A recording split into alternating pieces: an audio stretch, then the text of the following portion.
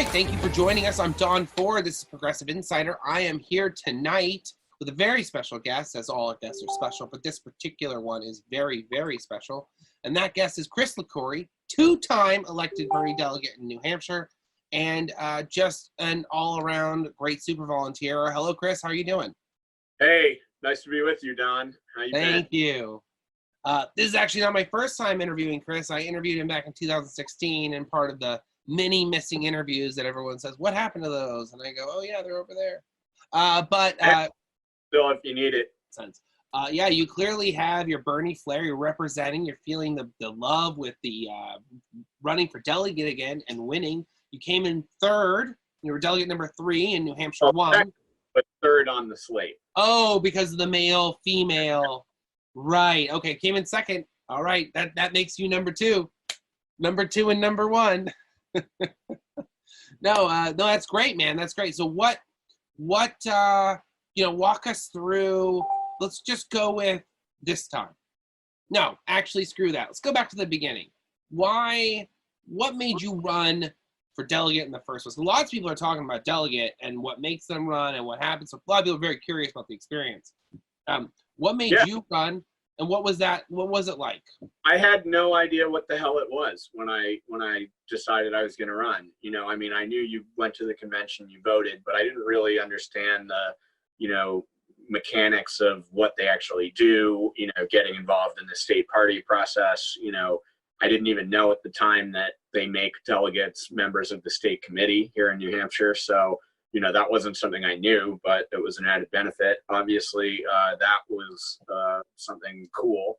But yeah, I didn't know really anybody in the state when I ran. I was just a hardcore Bernie supporter, and he spoke to me, as a candidate in a way that I felt lined up with everything I believed in, as opposed to, what I had been given up to that point, which was, yeah, that's probably the best we can do.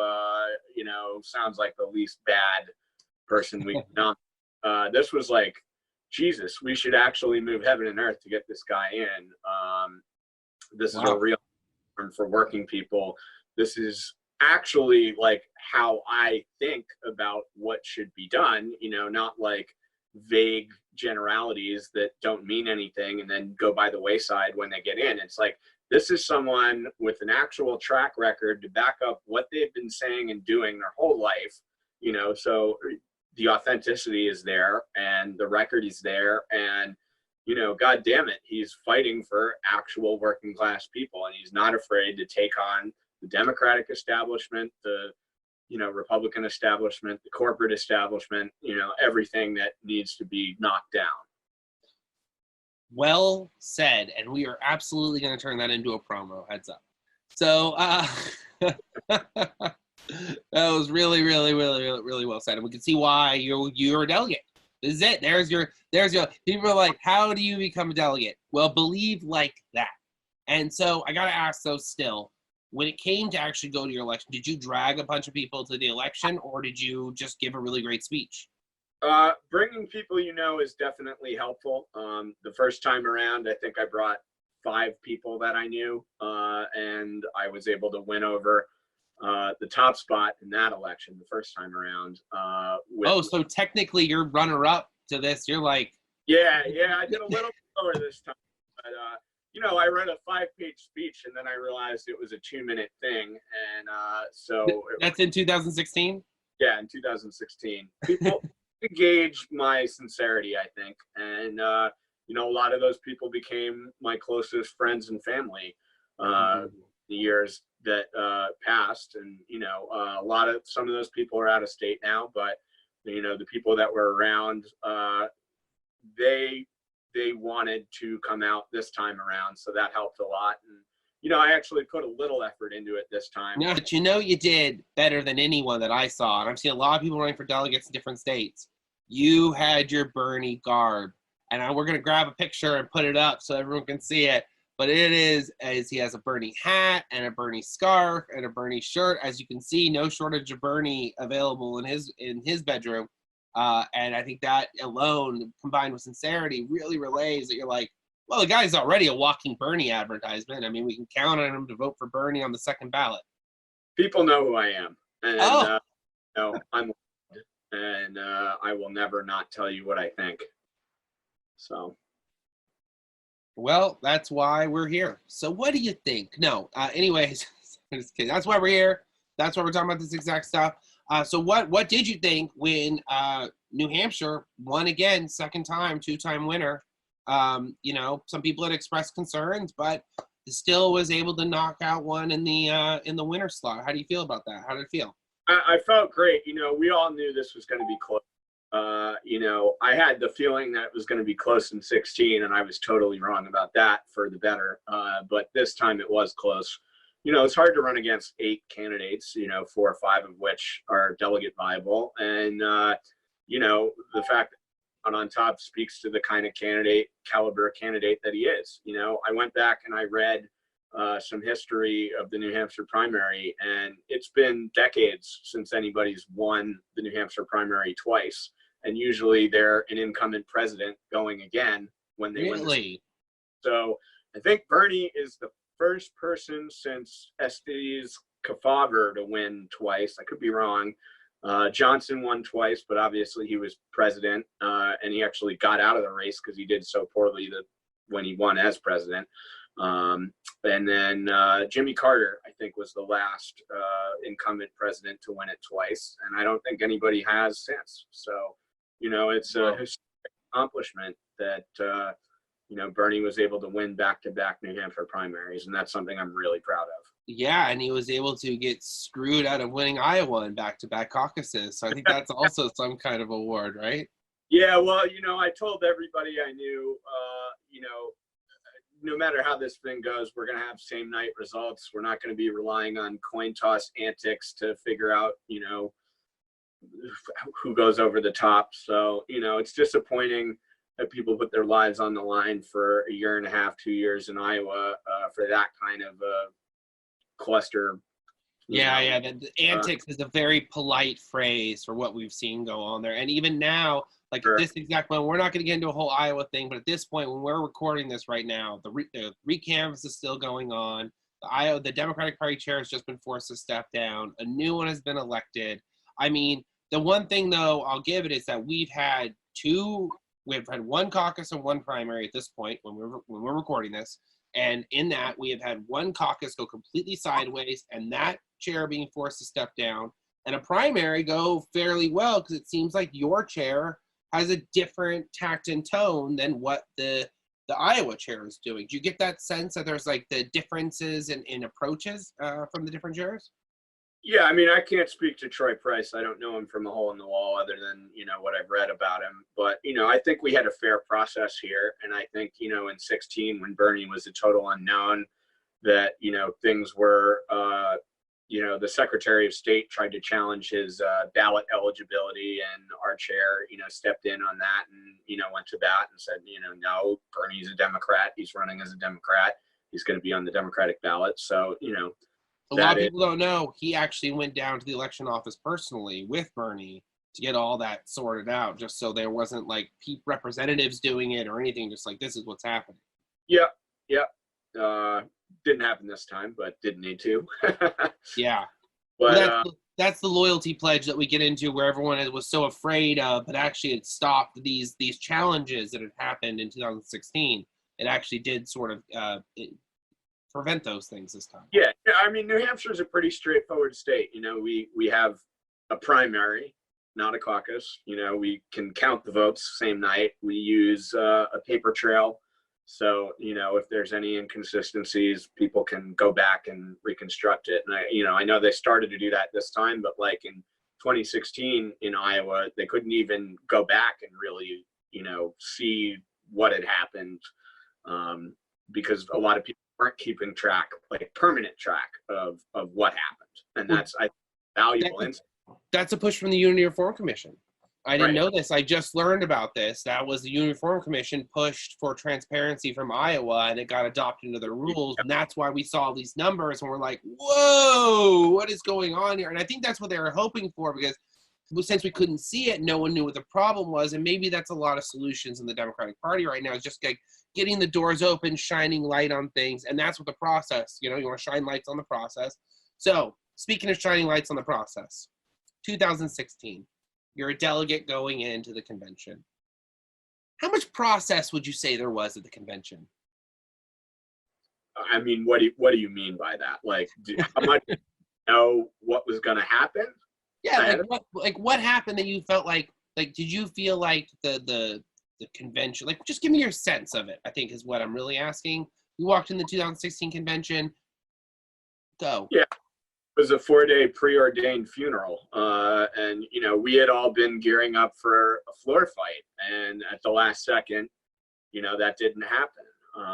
And, you know, that's fine. I mean, I know the math was what the math was, but, you know, there were a lot of uncertainties then about what was going to happen with the FBI and stuff like that. You know, things could have gone a different way, and, you know, that might have freaked the superdelegates out. It didn't, but, and I wouldn't have wanted that kind of a win, but, you know, there was a lot of uncertainty as to, you know, what's going to happen here. And I want to interject real fast and remind all of our listeners, and maybe some people, when he says the word FBI related to Hillary Clinton, people might be like, whoa, what are we talking about? But remember, like, these reports were coming out until the last second about what was happening and how it tipped the edge of the campaign for Trump.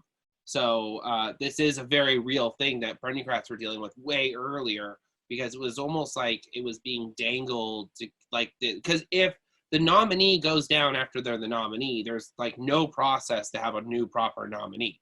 So you have to like keep it going to the last second. I mean, that's basically what you're saying, right? I mean, this is super old news, but we knew that the establishment was nominating someone that the FBI was looking into indicting, you know, possibly. So that was like something that didn't give them pause. And then, you know, that didn't happen, but then it got delayed until October, and, you know, well, yeah, I know a lot of people, it's very easy to forget about this. I think I almost did. Like, when you brought this up, I was like, oh, is this the thing? I was like, oh, yeah, that's right. That was a big reason of why we were driving so hard, was because I think it ended up being the perfect demonstration of, you know, oh, well, you know, superdelegates are there and you're not going to use them in this situation, then you're never going to use them, you know, for the right reason. Right. Which is why we're trying to get this reform and getting it permanent, not just in the convention rules, but in the charter rules. Now, you're going in this time a little differently than last time, because last time the superdelegates were on the first ballot, and they basically obscured thousands and thousands of hours of volunteer work to make pledged delegates happen by bloating these totals. But this time you're going to be going in. They did a 60-40 win here and made it come out a tie. And, you know, a lot of people were pissed off by that. A lot of people left the party over it. Luckily, last time. In 2016, the convention. Okay. Right. We had this huge win. Cancel out, you know, whatever. I forget the exact numbers. We had, I believe, 16 pledged delegates that Bernie won. And that's counting Cleos and everything else. We did get one superdelegate who decided to go with us, who is not with us this time.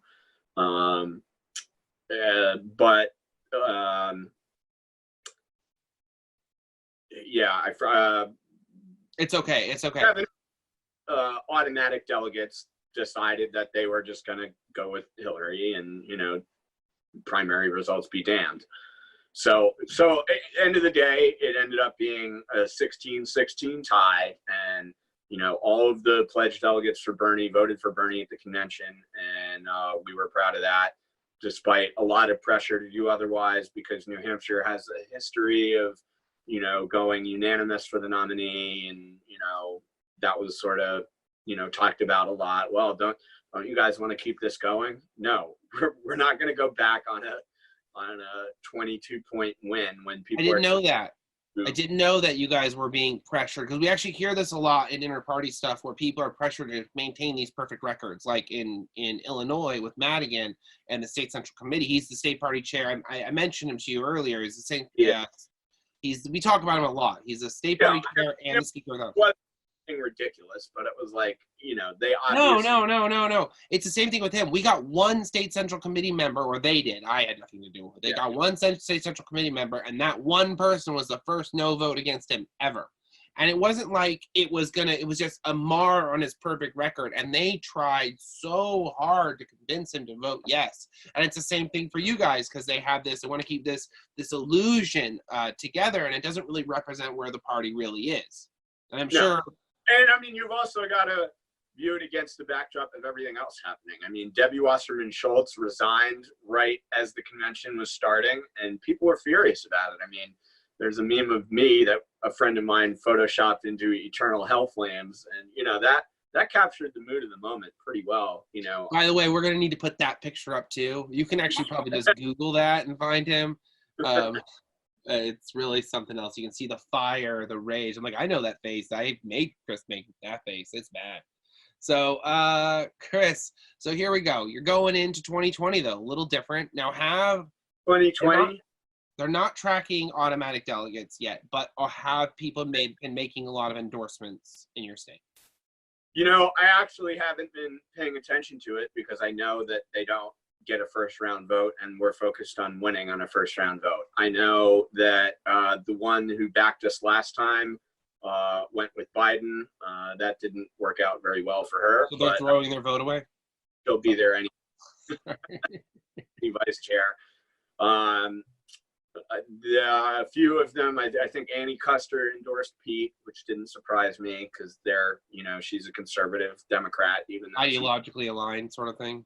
A progressive for a week and then left a progressive caucus, but that's another story. So I don't really expect either one of our senators to weigh in. They don't have any skin in the game for any of these candidates, I don't think, and they don't stand to gain anything by sort of pissing into the wind here if this doesn't come out the way that they want. Right. So, I mean, whereas last time, the Shaheen's obviously had a huge longstanding relationship with the Clintons, and, Maggie Hassan as governor, Hillary, I think, had given a lot of money to her governor run. They returned the favors. That was not a surprise. And then, our DNC members obviously were pretty establishment. It's very interesting, very interesting. One of our DNC members did endorse Elizabeth Warren, which was shocking to me. And I was almost like afraid of the support that would lose Elizabeth Warren. But,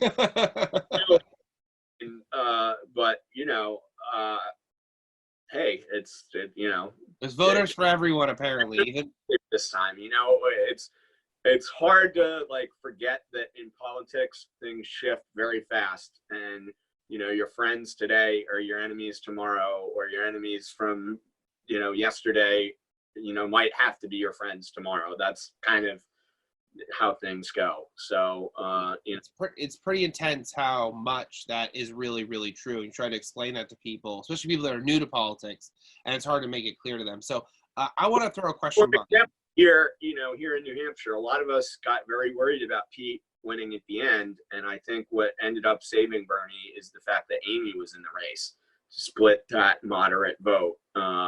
People that wanted a woman over the thing and prioritizing that, because Amy, she's kind of a blank slate. Like, not enough people know enough about her to have an opinion, and that allows people to like her more easily. Right. I predicted that she would take third. I predicted the entire order of however, but which was a lot harder than when we had two candidates, for example. But yeah, I mean, Warren looked like she was in a position to win here in September, and I was totally wrong that she lost a lot of her momentum.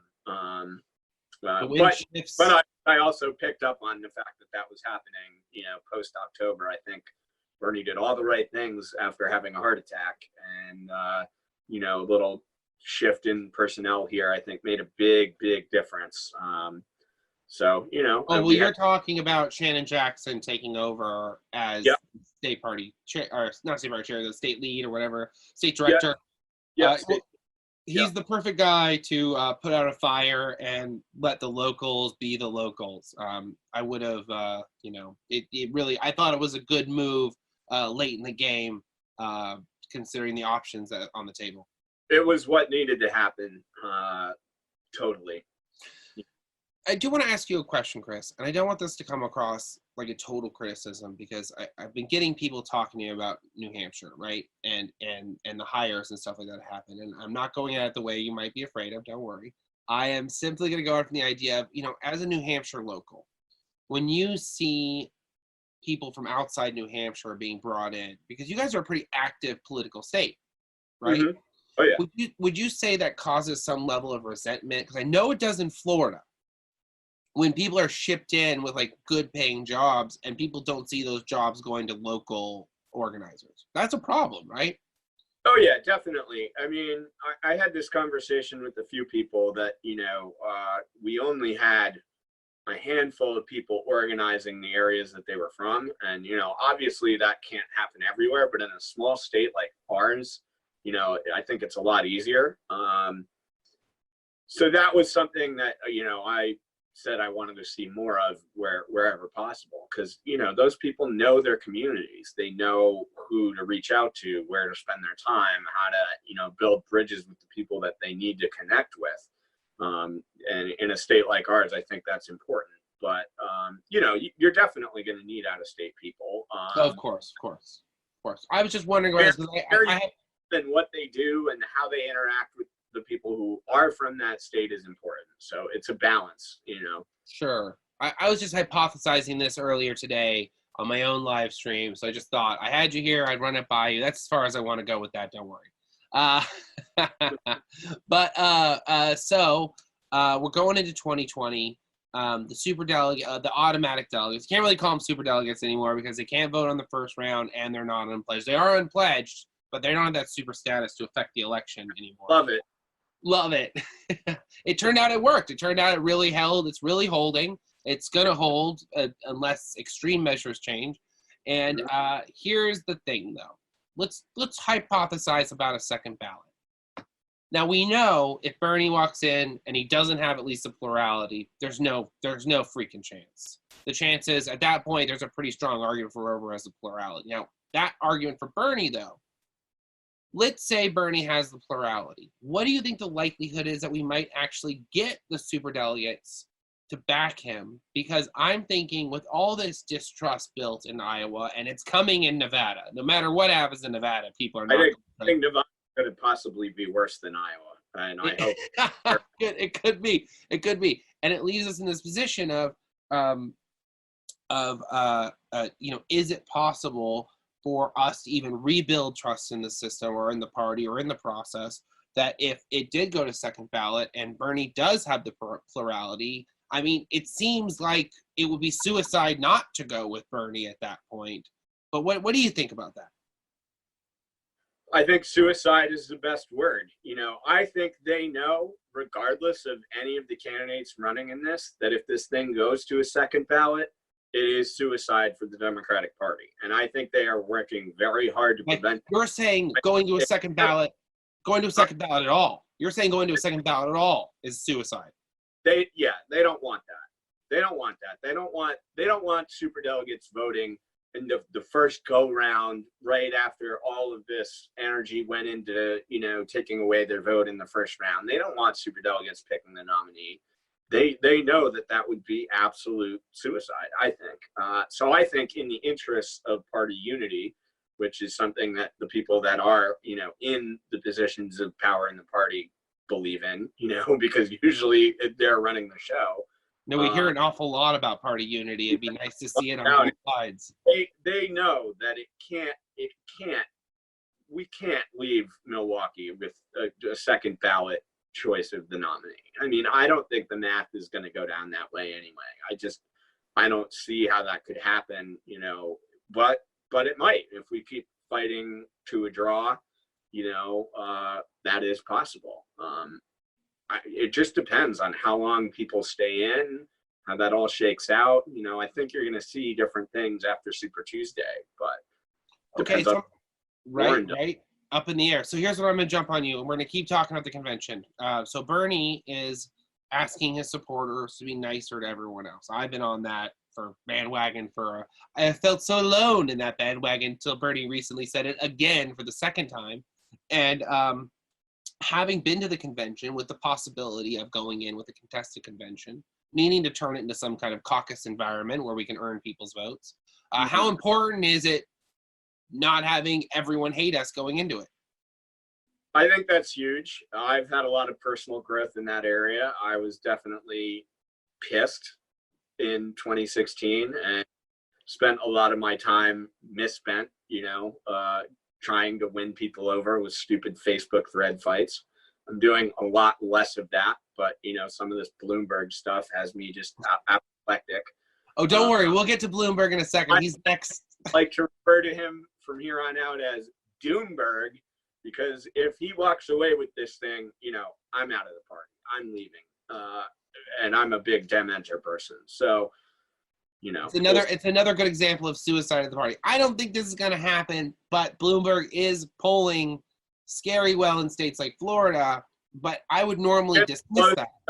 Liability if you believe any of these polls, but say that one more time for me. I said he's getting awfully close to delegate viability if you believe any of these national polls, and that could be a problem. It could be a problem, and if he don't want him in a position to be a kingmaker for centrists either. I mean, no, and that's the problem we have with these. He's already angling for that, putting out that, attack ad about Bernie Bros and, trying to use that to his advantage because, obviously there are some people on our side who are mean and, we shouldn't be fueling those flames. But, people are really worked up. We have a fascist in the White House. We have Trump there because of their incompetence. And, people's lives are in the line in the balance here. So you can't exactly expect everyone to just be chill. It's like I think it's all a big setup because the people who like in the movement we're all brought together not because of Bernie Sanders as many think, even though he is the unifying factor, which is hard to hear with the 3 Bernies in my sign, or 4 actually in my view right now. The real thing that brings us together is a shared trauma. There's a few up on the road. Oh, I bet there is. There's one glowing you showed me already. No, it's the shared trauma. It's the idea that we've all experienced some kind of pain that's left with us for whatever reason, whether it was someone dying or... Yeah, anyone who was there, inside or outside. No, I'm not even just saying that at the convention. I'm talking about the people that are attracted to the movement in general. Is they all share some kind of trauma experience. Not actually share, but individually they have the same experience together. And we all come together hoping to prevent that trauma moving forward. So when we see people causing more trauma or being flippant about creating trauma, it kind of makes us get a little triggered. And so and that's where I talk about us being predictable. But I think you're already on the same page with me here. It takes a lot of personal growth. It seems like that's why you're the delegate, though, right? You've undertaken that. Like, do you take a calmness class? Do you just do the Om thing? What's your secret in the moment? What do you pass on? No, I mean, I showed up there and I yelled for 2 minutes. So that clearly worked in my favor again. But, I think we're going to have to be strategic about this. If these kinds of results hold, we're going to need to make a case to the Amy people, I think, to not combine with Pete, and I don't know how we do that because they are very different than us. And, we're going to... I got some ideas. We're going to be facing that, You want to hear some ideas? Huh? We got it. The camera's on. You want to hear some ideas on how we round in Amy's people? Yeah, go for it. So there was an Emerson poll a while ago when the Actually, voters... just interrupt you. I had somebody who I've almost never agreed with, very influential here in New Hampshire, locally at least. We were on opposite sides last time, obviously, and this time for the most part, but she became a big time Amy person. And, she let me know the other day that she agreed with my thoughts on Bloomberg, and I appreciated that. And, there's a little bridge building there. It's was that common ground? Common ground, it's weird. You actually articulated a point about how, many people are just willing to nominate a sexist, racist, billionaire who has not been a Democrat, and that's problematic. And he's got as bad of a record as Donald Trump, in some areas, and people don't know that largely. But the people who've been hurt by him in New York City know about it, and people of color you know, they don't know about it broadly enough, but the people who've been hurt by him know it. And, you know, to just blindly expect this vote blue no matter who, even though it was blue, and, you know, Bloomberg is literally the reason why the Republicans have a Senate majority right now. He's literally the reason why Justice Kavanaugh is a freaking justice. You know, he's literally the reason why we don't have a Senate seat in Pennsylvania, or, you know, he enabled Snyder to win re-election and criminally poison people in Flint, Michigan. I mean, people need to know, and we need to ramp up that, you know, knowledge machine of you know, what his actual record is. I think the left was super effective in doing this time. Like, truly. I mean, I think when people look back at the history of this primary, they're gonna like look at, you know, what online leftists did, and, you know, did memes and Kamala Harris, did, you know, all sorts of things like that. I mean, I think just personally, she ran a really bad campaign here and never had a grip on like what she was doing. She treated her staff kind of horribly. But, you know, aside, I think a lot of like, you know, leftists identified her as the establishment threat from the beginning. She actually was. A year ago, I certainly assumed that she would be our chief competitor. So Chris, hang on, let me jump in. So I met with a bunch of DNC members. I'm not going to tell you who actually let it slip, but only one person is a brand new person in the DNC. So you know who you are and who this is if you're watching. But he let slip that they were looking at Kamala Harris. He let slip that he was the only candidate, or she was the only candidate, that anyone in any DNC meeting, everybody knew who I was. I was like, no, we're being neutral, not looking at anyone. And this guy didn't know who I was from Adam. And he was like, oh yeah, Kamala's pretty great. You like her, right? And I was like, oh, is that right? And so that's how we knew. And so we knew that she was the first thing. And this is why I think California laws are changing right now, is because the rig was in for Kamala, but not for Pete. Yeah, you know, that's a really interesting dynamic. They moved the primary up to help her in California. I mean, if it's for any other reason, I don't know what it could. Well, it's not even that, just that they're radically changing. There was this video going around about restrictive registration laws, so people couldn't flip election. They changed the whole thing in like 2 days before the video even got cut and finished. And they changed the whole law, and now people can do same-day registration, one document, no provisional ballot. Yeah, and that's great. That never would have happened if Kamala Harris was on the ballot. Wasn't on the ballot. Yeah, exactly. If she was, if she, exactly. Thank you. Yes. Yeah. Right. Well, that's why you're the delegate. That's huge, because that puts California in play. I mean, she had all the endorsements in California. So, I mean, right away, you're looking at her possibly with a super delegate-like advantage of delegates coming out of California right in the beginning of the race when momentum matters. Even with Barbara Lee, a Bernie superdelegate from 2016, endorsing her this time around, but endorsed Kamala Harris. Able right away was huge for us, I think. Yeah. And you know, we've got a real shot to win there. So I'm going to talk about real fast, Reggie Jones Sawyer is an assemblyman who was one of the 12 people who got on the fundraising list for candidates. He endorsed Kamala Harris, and Bernie went to him and convinced him to be his number 2. And when Kamala Harris dropped out, so we have an interview with him on Progressive Insider. So if you're seeing this video, take a second and go check us out. It's really, really short, but it's a really good lesson on how to convince people to come around to your candidate when you're having a hard time with it, because he was so excited someone convinced him to just choose him as his number 2. Who does that? Bernie Sanders did it, and it worked.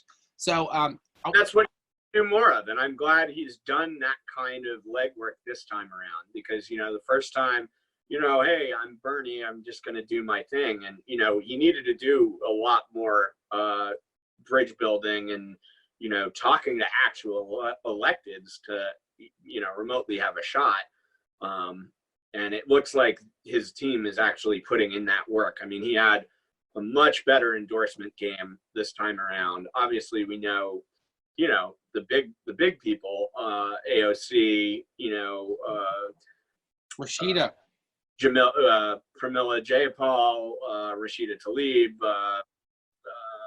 Ilhan Omar. I mean, 3 out of those people would have gravitated toward Bernie anyway. But those endorsements were game changers, and I think that momentum in October when that all happened was epic. Can I throw a crazy idea by you? Yeah. Rashida Tlaib is moving up on my VP list. Yeah, I think she would be phenomenal. I mean, it can't be Ilhan Omar because she's not she's not a citizen. AOC's too young. Everyone else was a Hillary superdelegate. Yeah. And Tulsi Gabbard was my original choice for a long time. Still is. She might be too polarizing. Yeah, no comment. Okay, that's good. And let the candidate choose his own choice. I'm speaking, you're not. It's fine. I say all kinds of crazy things. So let's say on back to the Amy Klobuchar thing, right? I want to throw this by you. There was an Emerson poll right when Elizabeth Warren's voters switched to Amy Klobuchar, where she saw that first surge. 50% of her voters said the environment was the most important subject to them. What they also did not ask is whether gender was important to them. They didn't bring up that question. You're talking people moving from Warren to Amy? Well, it was Amy's supporters in general. Amy went from like 2% to like 9%, and Warren dropped the same amount. I don't know if those numbers are absolutely correct, but Amy saw a jump, Warren saw a drop. From like 5 to 7 to like 15 plus. It was actually the beginning of that surge. Yeah. Focused on the data, though. The data said that the environment was the biggest issue. But her environmental plan, though somewhat acceptable, it's more moderate. And so people who are really careful. Fracking, people need to know that. Exactly. It's more moderate, and moderate is kind of bad. So, because fracking isn't technically neoliberal, but it should be, but it will be soon. It's very close to that when we like really shun that as an austerity practice. But we're talking about that in another series we're working on. I mean, some people are going to disagree with that as a thing, but there are a lot of people the idea is still very popular with, which is kind of crazy. So we are going to get towards the end of this. Don't worry. Wrapping it up soon because I've been told I got to keep my interview shorter. I said that actually. The voters, they care about the environment. So getting across them is about showing them the policy. And this is where Bernie says stick to policy, right? Yeah. Sticking to the policy of the Amy Klobuchar's climate change plan versus Bernie Sanders' Green New Deal, and get them over without talking about Bernie, without talking about anything, just talk about the plans. Let's talk about the ideas of what's happening here, how this candidate supports. Because these people, if they care about the environment, they're less likely to go to Pete unless we're total jerks to them. I mean, what do you think? Yeah, I mean, that's going to be a hard needle to thread, I think. It's not being a jerk to people? No, truly. I mean, we have our passionate base, and, I think most of it has already made up their mind about, the validity of some of the options out there. And I do think we've done a lot more damage than we've needed to do, per se. But, it's how do we build bridges to people and get, I'm looking at New Hampshire, and, last time it was like, hey, without factoring in what happened with the super delegates, but we had a 60-40 majority. We picked all the employees we wanted to bring. We had a large contingent of the people we wanted. This time, not so much. We've got 3 people out of a slate of 8 in each congressional district, and so that's 6 people. That 6 people is canceled out by Pete's 6 people as far as New Hampshire goes, and then where do the other people go? We don't know. So if we're going to try and win New Hampshire on the ballot vote at the convention, we need, by definition, some of those Amy people. It's not I thought where Warren's going to have some delegates, and maybe we can get those people because those are likely ideologically similar. Yeah. So yeah, I mean, we've got a lot to think about. What a good way to surmise a complex point. Yeah, we got a lot to think about. Like it. It's true. Okay. So this is a really exciting time to get involved in the process, to get involved in your state parties, to get a know-how on what's going on, become an active participant instead of somebody who just has things done to you. And that, I think, is the whole point of Dementer, is dementer, enter the Democratic Party, take it over, and make it more reflective of the progressive goals that we have.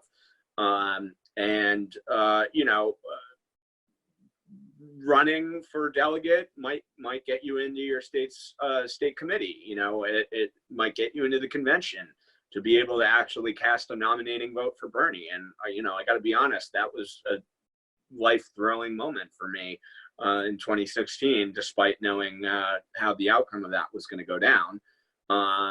It's going to be a lot better if we get to do it when he wins, and is the nominee.